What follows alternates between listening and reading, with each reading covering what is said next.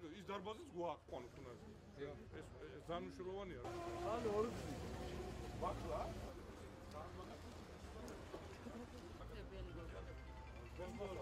რაღაც განაცხადები გავაკეთოთ, რომ თქვა სისტემატიურ ურთიერთობებში დაიწყებენ, ხო და მე რაღაც აქტიურობები გვინდა, ბავშვები რომ ჩამოვიყვანოთ რა.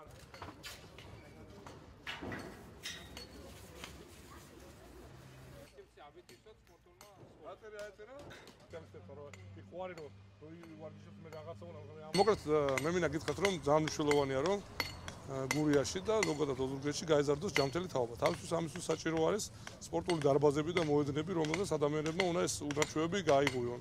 მე როგორც ინფორმაცია მქონდა, ეს დარბაზი აქ შენდებოდა, მე როცა გუბერნატორი ვიყავ სამწუხაროდ ცუდ მდგომარეობაში იყო და დამაინტერესა რომ მშენებლობა ვნახე, რომ რა მდგომარეობაში იყო ეს მოედანი და როგორც გავერკვიე, ეს მოედანი უკვე 27-ში თუ სექტემბრის ბოლოს სრულდება.